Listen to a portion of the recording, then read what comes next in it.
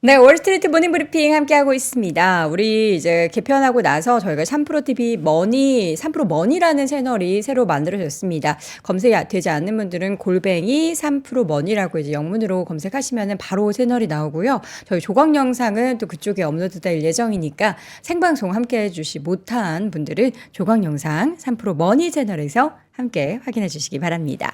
자, 이번에는 글로벌 인덱스, 글로벌 인터뷰 시간, 이번에는 미국 주식 전문 유튜버죠. 유산남님 연결해 보도록 하겠습니다. 어서 오세요. 네, 안녕하십니까. 네, 반갑습니다. 자, 어떻게 유산남님 비트코인 투자 좀 하십니까? 저 같은 경우는 비트코인에 옛날에 투자를 했다가 이제 네네. 하락할 때 이미 마무리를 지었고요. 근데 사실 이번에 네네. 알트코인을 하나를 들어갔는데 손해를 너무 많이 봐가지고 이제 아이고. 추가적으로 자금 유입을 하고 있지는 않았습니다. 아, 또 이게 코인이 랠리를 펼치고 있는 가운데 이제 주변 분들 중에서 어떻게 좀 이런 투자를 해서 좀 수익을 잘 봤으면 좋겠는데 우리 유사남님마저 예, 코인에 있어서는 좀 아쉬운 그런 이야기를 해주셨네요. 자, 이번 주에는 또 여러 가지 일정들이 많잖아요. 주식시장에 미칠 영향이 있는. 네, 맞습니다. 네. 이번 주 스케줄 간단하게 한번 짚고 넘어가 보겠습니다. 자, 일단 이번 주 같은 경우는요. 일단 화요일 날부터 주요 스케줄들이 굉장히 많이 포진되어 있는데요. 일단 가장 중요할 것으로 예상되는 소비자 물가 지수가 이 화요일 날 나오게 되게 됩니다. 여기에 관련해서는 조금 이따가 더 디테일하게 알아보도록 하고요. 네. 그리고 그 전에 앞서서 중국의 신규 대출 수치가 나오게 되게 됩니다. 사실 이번에 중국 같은 경우는 소비자 물가 지수가 사실 예상보다 좀 높게 나오면서 어떻게 보면 반등의 계기가 될 수 있다라는 의견도 많이 나오고 있는데 그 가운데 안에서 중국의 신규 대출 수치가 나오게 되면 사실 미국의 인플레이션이나 유가도 영향을 받을 수 있다 보니까 조금 중요하게 생각되는 데이터라고 생각이 들고요. 그러고 나서는 10년물에 대한 국채 입찰이 화요일 날 예정이 되어 있고요. 그리고 수요일 날 같은 경우는 최근에 원유 재고가 급락하게 되면서 전체적으로 유가가 크게 상승하는 결과가 있었고 이게 인플레이션에 영향을 주고 있는데 원유 재고가 나오게 되게 되고요. 그리고 장기채인 30년물에 대한 국채 입찰이 수요일 날 예정이 되어 있습니다.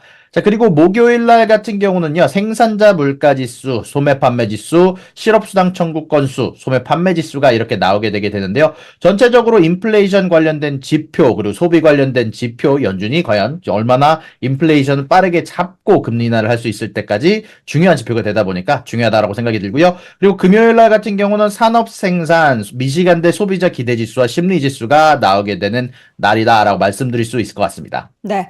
자, 그러면 이번 주에는 어떤 키워드가 좀 주요한 관전 포인트가 될까요? 네, 일단 이번 주 주요 키워드는 제가 간단하게 5개 집어봤습니다. 일단 유가 방금 전에 말씀드렸던 것처럼 중국의 소비자 물가 지수가 반등을 하고 이제 신규 대출이 나오게 되게 되고 최근 들어서 중국이 여러모로 지원금을 많이 늘리고 있는데 유가가 이런 것들에 영향을 받고 있기 때문에 현재 지금 80달러 언저리에서 계속 거래가 되면서 왔다 갔다 하고 있는데 이게 중요한 키워드가 될 것 같고요. 그리고 소매 판매 지표, 소비 지표가 나오게 되게 됩니다. 여기에 관련해서 조금 이따가 더 디테일하게 알아볼 것 같고요. 그리고 엔비디아, 사실 엔비디아가 오르지 않으면 제가 봤을 때 반도체 쪽 섹터는 오를 수가 없는데 이 엔비디아가 저번 주 금요일 날 급락을 했는데 이 부분에 대해서 좀 중요하게 짚고 넘어가야 될 것 같고요. 그리고 추가 반도체 지원안 이미 박종원 팀장님이 잘 짚고 넘어가 줬기 때문에 더 크게 얘기하지는 않겠습니다. 그리고 CPI와 PPI가 예정되어 있는데 일단 이번 주 주요 키워드 이전에 앞서서 저번 주에 나왔던 주요 키워드 몇 개만 간단하게 짚고 넘어가 보도록 할 텐데요. 네. 일단 NYCB가 회생을 했습니다. 자, 일단 NYCB가 스티브 무누신 전 미국 재무장관이 나오게 되게 되면서 여기에 대해서 갑작스럽게 주가가 급등하는 결과가 나왔는데요. 일단 간단하게 정리를 하면은 NYCB 같은 경우는 최근 들어서 8조 원에 해당하는 예금이 빠져버렸습니다. 뱅크런까지는 아니지만 상당한 자금 압박을 받고 있었고 이 8조 원에 해당하는 자금 중 1.4조 원 정도를 사실상 전 재무장관인 이 신용도도 확실한 스티브 무누신 전 미국 재무장관이 이번에 자본 확충과 함께 NYCB 이사회에 참여키로 하게 되면서 NYCB가 급등하는 사실 결과가 이루어졌는데요. 그럼에도 불구하고 예금이 지속적으로 빠져나가고 있다는 점 때문에 여전히 자금 압박과 그리고 상업용 부동산 문제는 지속적으로 압박을 줄 것으로 예상이 되고 있고요. 다만 여기에 관해서 스티브 무누신 전 재무장관이 인터뷰를 했습니다. 현재 지금 우리는 연준 쪽의 인물들과 인터뷰를 많이를 했고 그리고 스티븐 무누신 재무장관은 여기에 대해서 오케이 사인을 받았다. 연준이 여기에 대해서 돈을 넣어주는데 찬성을 했고 좋은 일이다라고 판단을 했고 여기에 따라서 스티븐 무누신 전 재무장관은 일단 이 NYCB를 포함한 여러 중소규모 은행들이 연준이 망하지 않기를 바랄 거다라는데 투자를 하는 거다. 라는 소식이 인터뷰가 전달이 되기도 했었고요. 자, 그리고 말씀해주신 비트코인. 사실 비트코인이 사실 7만 달러를 돌파를 했었죠. 사실 여기에 대해서는 기관들마다 이야기가 좀 많이 다른데요. 일단 JP모건 같은 경우는 4만 2천까지 사실 반감기가 지난 이후에 하락할 수 있다라는 리포트를 내놨고요. 그리고 반대로 톰리 같은 경우 저번 해에 가장 많은 주식 관련한 부분들을 맞춘 인물로 많이 얘기가 되기도 했었는데 이 톰리 같은 경우는 12개월 내에 약 15만 달러를 찍을 수도 있다라는 얘기를 했고요. 여기에다가 뭐 캐시우드라든지 아니면은 로버트 기요사키 등 여러 유명 투자자들도 비트코인에 대해서 불의 모습을 좀 더 올라갈 거다라는 모습을 보여주기도 했었고요.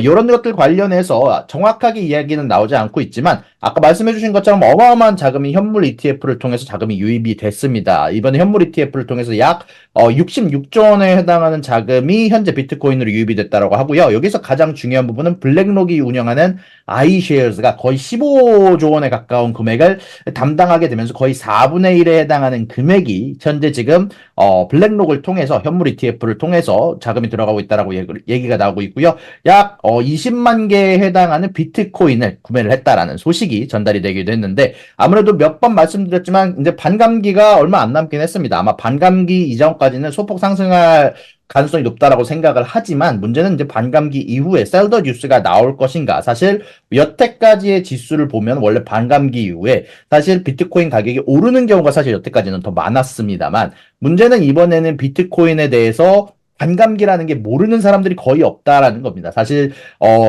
저의 채널에 한번 출연해 주셨던 분이 얘기를 했던 말인데 비트코인의 반감기에 대해서 이제는 할아버지 할머니도 알고 내 옆에 아주머니도 아는 상황에서 사실상 비트코인 반감기라는 게 추가적으로 자금을 끌어올 수 있을까에 대해선 의문점이 든다라고 얘기를 했는데 저도 여기에 어느 정도 동의를 하는 바가 있다 보니까 간단하게 짚고 넘어갔고요. 그리고 중앙은행들 사실 연준의 파월 의장의 증언이 있었죠. 이제 증언이 있었는데 여기에 대해서 시장이 환호성을 질렀습니다. 일단 여기에 대해서 간단하게 정리를 하면 파월 재무장관이 5개의 코멘트가 질문을 가장 많이 받았는데 바젤3에 관련된 질문을 가장 많이 받았지만 일단 여기에 대해서는 나중에 따로 한번 정리를 해보도록 하고요. 그리고 간단하게 정리하면 여기에서 말했던 세 가지의 코멘트가 가장 시장들의 반응을 일으켰는데요. 일단 더 많은 데이터를 보고 싶은데 일단 우리가 예상하는 건 이번에 안에 무조건 금리 인하가 있을 예정이다라는 거고 금리 인하가 언제 나올 것인가에 대해서 연준이 원하는 건 2%가 지속 가능할 거란 자신감을 원하는데 이게 몇 달간 더 데이터를 봐야 하는데 상당히 자신감에 근접해 있다라고 얘기를 했고요. 굿즈들의 인플레이션이 내려오고 있고 주택 가격의 인플레이션은 내려올 것으로 예상이 된다라는 발언들이 있었고 여기에다가 라가르드 총재 같은 경우도 금리 인하에 대해서 직접적인 코멘트를 하지는 않았지만 현재 우리는 조금 더 많은 증거가 필요하고 6월쯤에는 더 많은 증거가 나올 것 같다라고 얘기를 하면서 간접적으로 이제 시장이 파악할 때 6월의 금리 인하에 대한 가능성을 언급한 부분들이 있다 보니까 이런 부분들에서 환호성을 질렀던 것 같고요. 그리고 마지막으로 저번 주에 나왔던 것 중 노동지표 간단하게 리뷰를 해보도록 하겠습니다. 이제 실업률 같은 경우 예상치보다 좀 높게 나왔습니다. 3.9%라는 3.7%보다 높은 수치가 나왔고요. 그리고 사실 연준이 적었던 목표 실업률이 4.3% 정도 되거든요. 사실 점도표를 보시게 되면 이번에 4.3%까지가 올라갈 수 있다라고 적어놓은 게 연준의 평균 수치인데 이런 부분보다는 조금 부족하긴 해도 3월이라는 이른 시간에 실업률의 상승이 있었다는 것. 다만 그럼에도 불구하고 비농업 고용 지수가 굉장히 높게 나왔고 졸트 직장 창출 데이터도 예상치를 소폭 상회하는 수치가 나오면서 전체적으로 아직까지는 노동시장이 좀 뜨거운 모습을 보여주고 있다는 것은 아무래도 시장 쪽에서 반대로 연착륙의 가능성을 좀 높이는 발언들이 좀 나오지 않았나, 이제 지표들이 좀 나오지 않았나라고 생각이 좀 들고요. 실질적으로 임금 상승률도 예상치를 하회하게 되면서 인플레이션의 완화 기조도 그리고 ISM 서비스업 지표도 전부 다 예상치를 크게 하회하게 되면서 전체적으로 서비스 인플레이션도 내려가는 게 아닌가 하는 지표들이 굉장히 많이 나왔다라고 말씀드릴 수 있을 것 같습니다. 네. 지난주에 있었던 이슈도 어떻게 또 그 결과가 도출이 됐는지 주 사이에 있었던 데이터들도 빠르게 정리를 해봤고요. 이번 주에도 시장에서도 눈여겨봐야 될 주요 이슈들 하나씩 좀 보겠습니다. 지금 유가 같은 경우에는 배럴당 80달러 선 임박하더니 왔다 갔다 하네요. 이게 주요한 원인이 뭐라고 보십니까? 네, 일단 가장 주요한 원인은 아까 집어드렸다시피 사실 미국에 존재하는 유가가 사실 오일이 전체적으로 이제 재고가 부족해진다라는 소식이 많이 들고 있고요. 그리고 두 번째로 중요했던 건 중국의 소비자 물가 지수가 많이 상승을 했습니다. 이제 6개월 만에 상승 전환이 됐고요. 요거에 대해서 사실 조금 왈가왈부가 좀 많기는 합니다만 첫 번째로는 이제 월가에서 보는 시각은 춘제 효과로 인해서 소비자 물가가 상승된 것이다라는 얘기가 있고요. 반대로는 전체적으로 중국의 지원한 효과를 보기 시작을 하면서 전체적인 소비자 물가 지수가 올라가고 있다라고 얘기가 나오고 있는데, 제가 개인적으로 봤을 때는 생산자 물가 지수가 예상보다 낮게 나왔기 때문에 지금 당장 소비자 물가 상승이 소비자 디플레이션이 이제 끝났다라고 보기는 어려운 것 같고요. 아마 한두 달 정도 조금 더 지켜봐야 된다라는 생각이 좀 나오고 있는데, 이제 요 소식에 앞서서 이제 아까 말씀드렸다시피 이번 주에 나오게 될 중국의 신규 대출이 사실 현재 소비자의 심리를 조금 더 대변하게 되는 수치가 나오지 않을까 싶기도 하고요. 만약에 중국 쪽에서 이런 소비자 심리가 살아나게 된다면 조금 더 소비자 시장이 좀 살아나게 되다 보니까 이제 중국 쪽으로 좀 더 생산이 활발하게 되면서 유가가 좀 올라갈 가능성이 좀 높다라고 생각이 들고요. 여기에다가 추가적인 플러스 포인트가 된 것이 오펙의 자발적 원유 감산 소식이라고 생각을 합니다. 오펙 네. 같은 경우는 자발적 원유 감산에 대한 연장과 러시아 같은 경우는 깜짝 추가 감산을 발표를 했기 때문에 여기에 대해서는 사실 오펙 플러스 내부에서 굉장히 반발이 많다는 소식도 같이 나오긴 했지만 여전히 악재로 작용하게 되면서 이번 주에 유가가 올라가게 되고, 사실 어떻게 보면은 CPI 관련해서도 추가적인 악재로 작용할 가능성이 굉장히 높다라고 생각이 좀 들게 되네요. 네, 유가 부분을 확인을 해봤고 소비 관련한 내용을 볼 텐데 사실 여기에 대해서는 각 기업별로 많이 나뉘는 것 같아요. 저희가 이제 지난주에 아베크롬비 이야기를 했었고 이번 주에도 보니까 뭐 다양한 기업들 특히나 이제 저가 관련한 그런 업체에 있어서는 조금 소비가 올라가는 걸로 데이터가 나오는데, 그렇지 않은 또 고가에 대한 품목을 다루는 그런 기업들은 전혀 다른 이야기를 하고 있어요. 네, 맞습니다. 정확하게 지금 짚어주셨는데요. 사실 제가 이 이슈를 가져온 게 이번 주에 소비 관련된 대출, 소매 판매 데이터가 나오게 될 텐데요. 사실 조금 더 고급 브랜드로 불리게 되는 노드스트롬이라든지, 아니면은 이번에 어닝 발표를 했던 크로고나 코스트코 같은 경우는 상당히 어닝이 안 좋게 나왔습니다. 매출이 전체적으로 안 좋은 모습들이 있거나 어닝이 좀 안 좋은 모습들이 있었는데요. 자, 일단 이런 부분들 관련해서 혹시 모르시는 분들을 위해서 좀 짚고 넘어가자면, 크로고가 가장 럭셔리한 브랜드고요. 그 다음에는 코스코, 그 다음에 월마트 순으로 사실 조금 더 서민들에게 친숙한 브랜드라고 말씀드릴 수 있을 것 같은데요. 사실상 고급 브랜드로 분류되는 브랜드들이 조금 더 어닝들이 잘 안 나왔고, 어떻게 보면은 서민들이 가장 많이 애용하는 월마트 같은 경우가 어닝이 잘 나왔다 보니까 사실상 조금 더 럭셔리 혹은 조금 더 돈을 많이 버는 사람들이 소비를 좀 줄여가는 모습들이 좀 관찰이 되지 않았나라고 생각기도 하고요. 사실 이런 부분들은 이번에 나왔던 비농업 고용지수, ADP 비농업 고용지수도 어느 정도 반영이 됩니다. 전체적으로 화이트 칼라 쪽으로 분류가 되는 직종들이 전체적으로 하락세인 것으로 많이 보도가 됐다 보니까 이런 부분들이 실질적으로 소비에도 패턴에도 영향을 주는 것으로 보이고 있고요. 그리고 여기에다가 추가적으로 이번 주에 발표가 되는 어닝 기업들 중 달러 제네럴, 달러 스토어 등등 조금 더 서민들을 위한 기업들의 어닝 발표가 있다 보니까 이것도 조금 더 재미나게 볼 만한 요소가 있다라고 생각이 좀 들게 되네요. 네, 또 다양한 기업들의 요 내용, 그러니까 항상 그 경기에 대한 이야기를 할 때 그 소비 부분을 굉장히 또 중요시하는 데이터이기 때문에 기업들이 이야기하는 것이 또 데이터로는 어떻게 나오는지 함께 지켜보실 필요가 있겠습니다. 자, 결국에는 중요한 게 엔비디아다. 주말에 이제 금요일장에서 엔비디아가 좀 큰 폭으로 하락을 했는데 뭐 특별한 무슨 일이 있어서 빠진 건 아니었잖아요. 맞습니다.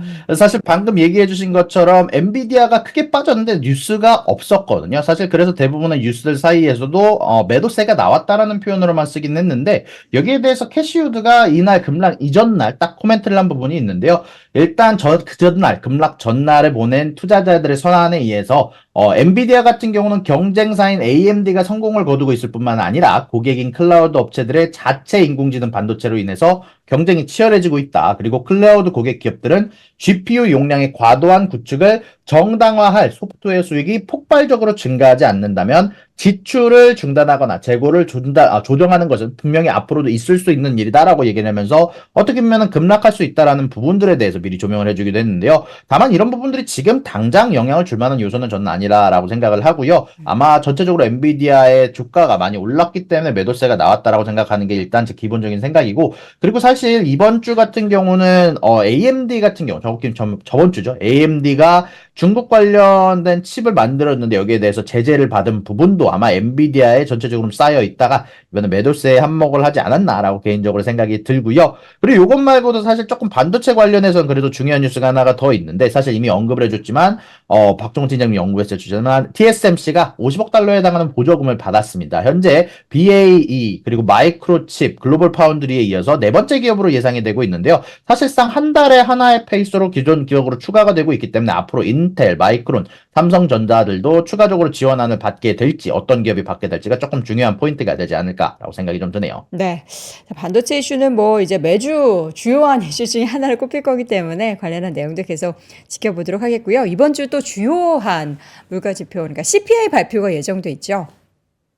네, 맞습니다. 이번 주에 가장 중요한 지표는 결국 CPI와 PPI가 되지 않을까 네. 싶은데요. 그 전에 앞서서 한번 조금 더 디테일하게 어떤 지표들이 있는지 한번 짚고 넘어가 보도록 하겠습니다. 네. 일단 클리브랜드 연준에서 발표하는 CPI 컨센서스가 나왔는데요. CPI 컨센서스가 상당히 높습니다. 한 달 기준으로 CPI가 0.43% 그리고 코어 CPI가 0.32% 오를 거란 예상이 나왔는데 연준에서 좋아할 만한 수치는 아니다라고 생각이 좀 들고요. 그리고 실질적으로 시장의 컨센서스 자체도 0.4에 3.1%, 코어 CPI 같은 경우는 0.3에 3.7%라는 어떻게 보면 2% 지속 가능한 인플레이션 만드는데 좀 어려움이 좀 있는 지표가 좀 나왔고요. 그리고 저번 달에 나왔던 CPI 지표들을 보게 되면은 굿즈 가격들은 여전히 간단하게 버텨주고 있었지만 사실 저번에 같은 경우는 서비스와 음식 쪽에서 가격 상승이 나오게 되면서 전체적으로 CPI 지수가 조금 예상보다 높게 잡히는 결과가 나왔는데 사실 거기에서 저는 가장 커다란 영향을 줬던 요소 중 하나가 천연가스라고 생각을 합니다. 천연가스 같은 경우는 저저번 달에 이제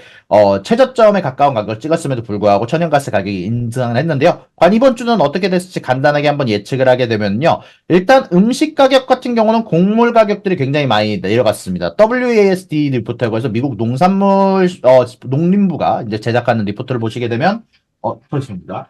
네. 자, 갑자기 뭐 무슨 일 죄송합니다. 있나요? 네, 아닙니다. 네네. 그 곡물들 같은 경우는요, 전체적으로 이번에 가격이 내려갔다라는 리포트가 WASD를 통해서 보도가 되기도 했었고요. 그리고 전체적으로 소프트들이라고 보통 얘기를 하는데 기호식품들 같은 경우는 전체적으로 가격이 전달과 비슷한 수치를 유지했다라는 부분들이 언급이 되기도 했고요. 네. 다만 여기에다가 찬물을 끼얹는 부분들이 있습니다. 사실 고기 가격들이 어마어마하게 상승했다는 리포트가 WASD를 통해서 언급이 되기를 했고요. 실질적으로 핀비즈에서 작용되는 자료, 선물 가격 기준으로 보더라도 전달에 비해서 고기 가격이 급등하는 결과가 나오기도 했습니다. 네. 그리고 여기에 대해서 제가 개인적으로 애용하는 웹사이트들 중 가격 지표를 매달 따라가는 지표들을 보여주는 웹사이트가 있는데 실질적으로 여기서 보더라도 계란, 육류 제품이 사실 전달에 비해서 약 1포인트씩 상승해주면서 전체적으로 음식 가격들은 아마 곡물 가격이 떨어졌다고 하더라도 아마 좀 더 상승 쪽으로 여력에 좀 식기도 하고 있고요. 그리고 그 다음으로 넘어가서 일단 오일 가격. 사실 저번 달에 비해서 에너지 가격이 전체적으로 크게 오를 것 같다는 생각이 좀 드는데 네. 여기에 대해서 애널리스트들이 이번 CPI를 예측할 때 가장 커다란 복병으로 지속이 되고 있다라는 제품들이 사실 가솔린 쪽입니다. 네. 가솔린 같은 경우는 1월 달에 거래가 되던 3불 20전에 이제 거래가 되던 가격들이 배럴당 3불 40전까지 올라오게 되면서 사실 아주 큰 폭수로 거의 한 10%가량 이제 상승했다라는 데이터가 나오기도 했었고요. 네. 거기에다가 난방유 같은 경우도 전체적으로 분명히 한번 중간에 스파이크, 겨울이 굉장히 추운 기간이 2월 중간에 한번 있었기 때문에 그에 따라서 난방유도 갑작스럽게 한번 튀어오르게 되면서 난방유도 전달에 비해서 좀 상승한다라는 결과가 좀 나왔고요. 다만 여기에 비해서 전기 가격 같은 경우는 전달과 비슷하거나 소폭 하락했다라는 뉴스가 나오기도 했었는데 네. 사실 주에 따라서 전기 가격은 많이 왔다 갔다 하는 편인데 예를 들어서 서부 쪽 같은 경우는 전체적으로 전기세가 올라간 반면 동부 쪽은 좀 내려갔다라는 지표가 뉴스에서 언급이 되기도 했었는데 그에 따라서 아마 전달과 크게 바뀌지 않는 지표가 나오지 않을까라고 생각이 좀 들고요. 그리고 천연가스 같은 경우는 30년 만에 최저치를 찍고 사실 1불 50전에 거래가 되는 부분들도 나오기도 했었는데 천연가스 같은 경우는 아무래도 너무나 도매 가격이 빠르게 내려갔고 실질적으로 우리가 공급받는 가격을 제가 공급받는 가격을 이렇게 여러분들한테 한번 갖고 와 봤는데요. 이런 부분들을 보더라도 대부분의 주에서 10%에서 20%의 가격의 하락이 있었던 만큼 천연가스 가격은 아마 이번 달에 내려갈 것으로 예상이 되고 있습니다. 네. 그에 따라서 에너지 서비스 전체는 하락하는 부분으로 에너지 자재는 좀 상승하는 지표가 좀 나오지 않을까 싶기도 하고요. 그리고 그 다음은 자재 쪽으로 넘어가 보도록 하겠습니다. 자재 중에서 가장 많이 언급이 되는 건 중고차와 신차 가격이죠. 근데 네. 중고차 같은 경우는 이제 여러 가지 도매 관련 사이트를 들어가서 제가 확인을 해 보고 있는데, 이제 여기에 대해서 좀 찾아보게 되면 전전 달 같은 경우는 2%가량 중고차 가격이 하락했는데 이번 달 같은 경우는 0.60%가량 하락을 했습니다. 다만 여기에서 좀 중요한 건 2월 초반에 사실 거의 한 중고차가 여러 가지 중고차 웹사이트들을 통해서 한 10%가량 하락했다라는 뉴스가 나오기도 했었던 만큼 전체적으로 중고차 관련된 제품들은 아마 전달보다는 하락폭이 좀 줄긴 했지만 여전히 하락세로 있지 않을까라고 개인적으로 생각을 하게 되고요. 실질적으로 홀세일 유스카, 여러 가지 맨하임 인덱스라고 불리는 도매가 기준으로 중고차 가격을 산정하는 사이트를 보시게 되면 도매가도 전달에 비해서 0.1%가량 하락했다라는 뉴스가 나오게 되면서 전체적으로 중고차는 아마 중립에서 아마 하락에 가까운 내용이 나오지 않을까라고 생각이 좀 들게 됩니다. 그리고 ISM 제조업 지수를 들어가시게 되면 재미난 지표가 나오고 있는데 각자 신규 주문이 얼마나 늘었는지, 가격이 얼마나 늘었는지에 대해서 ISM 제조업 지수에서 언급을 합니다. 그래서 제가 개인적으로 이 지표를 굉장히 좋아하는데요. 2월 신규 주문 감소를 보고한 산업은 가구 관련, 섬유 관련, 식품 음료 및 단련, 기계 제품이 포함되어 있고요. 이런 부분들 때문에 전체적으로 제가 봤을 때는 아마 이번에 굿즈들 가격은 이번에도 크게 오르지 않는 중립에 가까운 움직임이 나오지 않을까라고 생각이 들고 중고차와 의류 물품은 아마 하락하지 않을까라고 개인적으로 이야기를 하게 되고요. 그리고 의료 물품 같은 경우는 이번에 나왔던 ISM 하스피럴 지수가 상당히 높게 나왔기 때문에 의료 물품 가격은 상승하지 않을까라고 생각이 좀 들게 됩니다. 네. 자, 그리고 그 다음으로 넘어가서 주거비. 사실 인플레이션의 가장 중요한 건 주거비가 아닐까라고 생각이 드는데요. 최근 들어서 주거비가 소폭 상승하는 결과가 나왔습니다. 사실 이번에 파월의 청문회에서도 가장 많이 언급됐던 부분들 중에 하나가 주거비에 관련된 부분인데요. 네. 주거비가 이번에 진로우, 미국에서 가장 최대 렌트 업체 관련 혹은 집 관련 업체로 유명한 진로우에서도 이번 달에 한 달 동안 렌트비가 0.4% 증가가 됐다라고 언급이 되면서 주거비 같은 경우도 아마 좀 요번에는 좀 오르는 결과가 나오지 음. 않을까라고 생각이 좀 들게 되는 지표가 나왔다고 말씀드릴 수 있을 것 같습니다. 네. 자, 그리고 나서 이제는 이제 시간당 임금 지수. 어떻게 보면 이게 가장 중요한 지표고 사실상 인플레이션이 스티키하게 만드는 주범이다라고 얘기를 할 수 있는데 서비스 PMI 지수나 분명히 뭐 하스피럴 지수 이런 부분들이 높게 나오긴 했지만 미국의 평균 시간당 임금 지수는 분명히 전보다는 상승폭이 줄어들고 있습니다. 다만 그럼에도 불구하고 여전히 확장세에 있다라는 점에 따라서 아마 개인적으로 생각했을 때는 서비스 섹터는 아마 주거비, 운송비, 의료 서비스, 특히 운송비 같은 경우는 유가가 상승을 했고요. 아무래도 현재 해운 운송이 전체적으로 좀 압박을 받고 있기 때문에 아마 이런 부분들이 전체적으로 여전히 악재로 작용하게 되면서 서비스 관련 인플레는 높게 나올 거다라고 생각이 좀 들게 되고요. 요거를 간단하게 정리를 하면 여기 맨 왼쪽 아래에 애널리스트들이 만들었던 뉴스까지 한번 갖고 와봤는데요. 네. 2월 CPI 같은 경우는 아무래도 가스 가격이 좀 높기 때문에 이번에 높게 나올 것 같다라고 언급이 되어 있기도 하고요. 실질적으로 시장의 컨센서스를 봤을 때도 CPI가 한 달 기준 0.4%, 1년 기준 3.1%에 해당하는 예상치가 나와 있고, 코어 CPI 같은 경우도 0.3에 3.7%가 나와 있고 하다 보니까 전체적으로 이번 CPI는 아무래도 좀 선반영 자체가 높게 잡혀 있기 때문에 반대로 낮게 나오게 된다면 시장의 호재가 될 수 있지만 제가 개인적으로 봤을 때, 개인적으로 조사한 자료들을 여러분들에 제공했을 때는 높게 나올 가능성이 시장의 컨센서스대로 나오거나 혹은 그거보다 좀 높게 나올 가능성이 개인적으로 높다라고 네. 생각하는 좀 있게 되네요. 알겠습니다. 우리 유사남님, 혹시 금방 어디 거기 장소를 비워주고 가셔야 되는 건 아니죠? 아닙니다, 네. 아닙니다, 아닙니다. 아니, 너무 또 빨리 말씀을 해주셔가지고 어디 급한 일이 있으신가 싶어가지고 제가 중간에 죄송합니다. 쉽게 말을 걸 수가 없었습니다. 어쨌든 이번 주 제일 중요한 게 CPI 지표인데 지금 마지막에 정리해 주신 내용들을 보면은 다 빨간색으로 이제 대부분이 상승을 그려내고 있으니까 이게 지난 12월 그리고 1월 CPI 발표된 데이터를 보고도 시장에서는 이제 연준이 금리 인하를 빨리 하지 않을 그 당위성을 계속해서 이야기를 했는데 이번에도 그렇다면 연준의 금리 인하는 조금 더 멀리 간 데이터가 나올 가능성이 굉장히 높네요.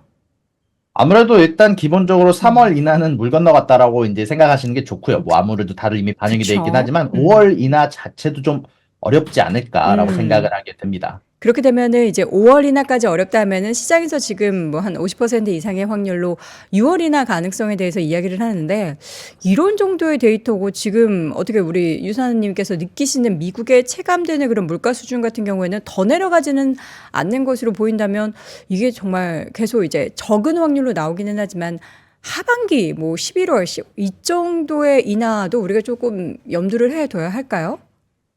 일단은 저는 요런 쪽을 좀 더 가능성을 높게 보고 있습니다. 사실 이번에 보스틱 총재 어떻게 보면 연준에서 가장 비둘기로 불리는 보스틱 총재가 나와서 연설을 하면서 이런 얘기를 했습니다. 금리 인하를 하고 지켜봐야 된다라는 표현을 썼는데 제가 봤을 때도 금리 인하를 한번 하고 나서 아마 시장의 반응을 지켜보기 위해서 개인적으로 생각했을 때는 금리 인하 자체는 조금 일찍 나올 가능성이 높다라고 생각을 하고요. 아, 여기에다가 추가적인 이제 부분들을 고려를 해야 되는 게 대선 스케줄이 있지 않습니까? 이제 네. 대선 스케줄이 사실 진행되는 동안에는 원래 관례적으로, 관례는 깨지라고 있는 거긴 하지만, 음. 관례적으로는 금리 인하나 금리 인상이나 등등 약간 대선에 영향을 줄 수 있는 요소는 잘 하지 않는 아, 편이거든요. 이제 네. 순간적으로 바뀔 수 있는 부분을 하지 않는 편인데, 네네. 이제 그런 부분들이 있다 보니까 제가 생각했을 때는 혹은 시장에서도 가장 높게 생각하는 게 6월 인하설, 7월 인하선인 것 같고요. 음.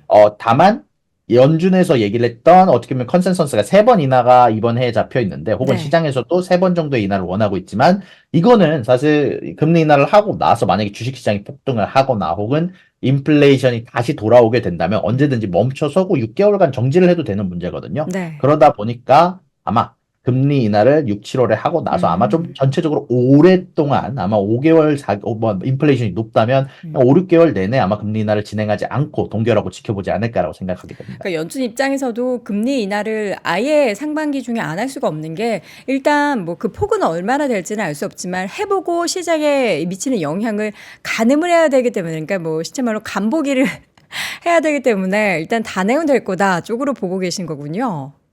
네, 맞습니다. 정확하게 보셨습니다. 네. 전체적으로 시장 쪽에서 데이터를 보고 판단한다고 했는데 문제는 금리 인하를 하고 나서의 시장 반응은 예상대로 흘러가지는 않을 수도 있거든요. 근데 금리 인하라는 것 자체가 원래 역사적으로 사실 연착륙을 성공했던 시기는 인정되는 건 사실 한 번밖에 없다라고 보통 표현을 하거든요. 이제 그러다 음. 보니까 그린스펀 시대에 딱 한 번 연착륙을 했었는데 그때 데이터가 지금에 적용된다라고 볼 수도 없고 여태까지는 항상 금리 인하 시기에 원래는 경기 침체가 동반되어 있었던 만큼 현재 시장에서는 여전히 AI로 반도체로 엔비디아로 인해서 잘 나가고 있는 상황 안에서 금리 인하가 나오게 되게 된다면 사실 이런 부분들이 주식시장이 또 커다란 상승에 가져올 수도 있고 유동성의 공급으로 이어지고 인플레이션이 다시 튀어오를 수 있다라는 부분들 음. 때문에 연준에서도 아마 간을 보고 가지 않을까라고 생각이 좀 들게 됩니다. 우리 유사님께서는 어쨌든 미국 현재 계시기 때문에 실질적으로 체감하는 그런 물가 수준과 이 사람들의 소비 이런 패턴을 쭉 보시잖아요. 최근에 보면은 이제 뭐 미국 좋다 좋다 하는데 혹시라도 이게 조금 여기가 좀 의외네. 여기에서 좀 뭔가에 좀 안 좋은 시그널이 있는데 싶은 그런 부분은 없습니까? 일단 기본적으로 제가 느끼는 부분들은 사실 파월도 언급을 했었던 부분인데 굿즈의 상승은 좀 끝난 것 같습니다. 이제 음. 굿즈들의 인플레이션은 좀 끝이 났다라고 보고 네. 있고요.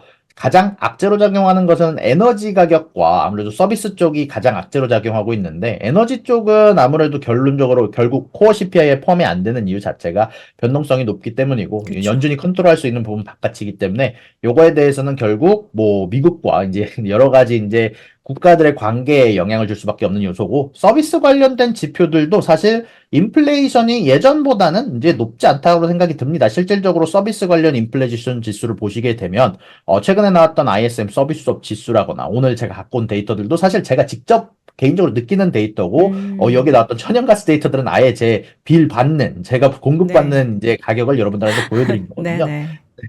그런 것들을 보게 됐을 때 음. 에너지 가격 같은 경우도 뭐 전기나 천연가스 가격 같은 경우도 안정세를 보이고 있고 전체적으로 주거비 같은 경우도 사실 최근 들어서 이게 요거 같은 경우는 좀 왈가왈부가 좀 있는데 네. 이제 민주당이 지속적으로 얘기를 하는 부분들 중 하나는 서비스 주거비 같은 경우는 결국 주택이 더 공급이 돼야 해결되는 문제고 이건 금리 인하가 돼야지 해결되는 문제다라고 표현하는 경우도 있거든요. 음. 그러다 보니까 이 나머지 쪽 연준이 컨트롤 가능한 범위 내에서의 아마 인플레이션들은 이미 거의 다 잡히지 않았나라는 게 제 개인적인 생각이긴 합니다. 네.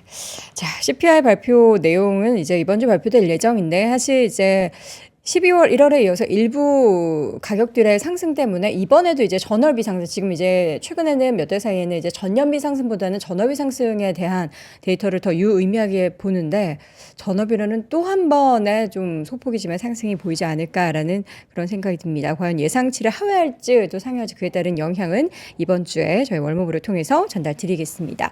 자, 계속해서 이어지는 실적 발표 이번 주에도 여러 가지 기업들 예정돼 있네요.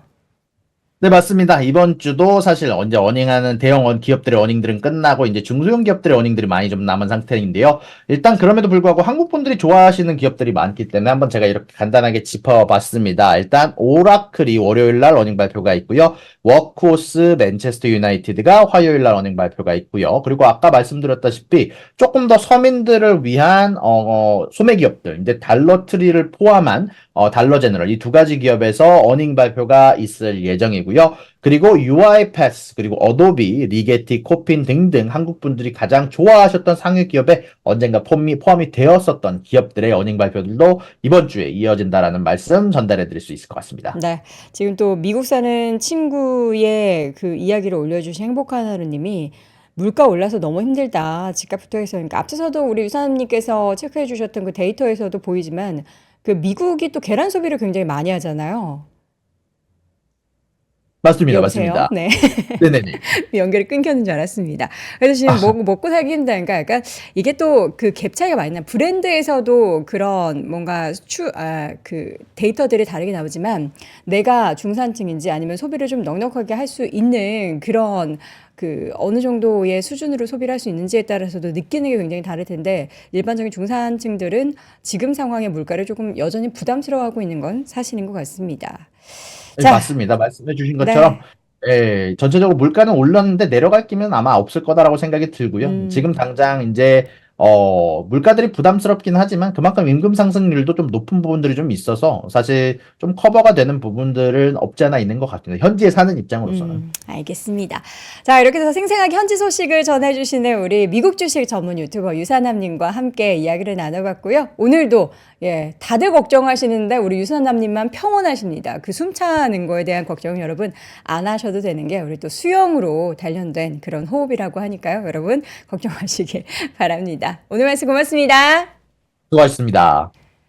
자, 이렇게 해서 오늘 월스트리트 모닝 브리핑 글로벌 인덱스 시간까지 쭉 전해 들었는데요. 저는 이제 물가 오른 거를 항상 이제 방송 끝나고 가끔 이제 주전부리를 하고 싶어서 앞에 편의점을 가는데 과자 값을 보면서 깜짝깜짝 놀랍니다. 개인적으로 이제 빼빼로 과자를 종류별로 굉장히 좋아하는데 그 빼빼로 가격이 거의 뭐 2,000원이 육박하더라고요. 그런 거 보면서 이게 오르지 않는 것은 항상 이야기하지만 나의 얇아진 지갑 그리고 월급뿐이다라는 그런 생각에 더 열심히 일을 하고 더 열심히 벌어야겠다는 생각이 드는데 그 과정에 있어서 투자도 잘해야 되지 않겠습니까? 저희가 이제 오늘 뭐 비트코인 가격 오르는 거 말씀드렸는데 주식도 그렇고 비트코인 가격 이렇게 많이 올랐을 때 왜 내 계좌만 이런가 하는 그런 고민 여러분 걱정 마십시오. 저도 하고 있으니까요. 앞으로 그런 고민에 대해서 좀 더 심도 깊은 고민 월스트리트 모닝 브리핑과 함께 나눠보도록 하겠습니다. 저희는 내일 오전 6시에도 어김없이 다시 돌아올 테니까요. 여러분 함께 해주시기 바랍니다. 좋은 하루 보내시고요. 오늘도 고맙습니다. 장 시작 전부터 종료까지 쏟아지는 수많은 뉴스와 정보들. 이 중에서 어떤 것이 투자에 정말 도움이 되는 정보일까요? 3프로의 증시 셔터맨 박근영 마스터가 직접 정보를 선별하고 투자의 힌트를 드립니다. 시간도 아끼고 투자 아이디어도 얻는 시간, 박근영 부장의 마켓 힌트와 함께 하세요. 자세한 사항은 3프로TV 앱과 홈페이지를 확인하세요.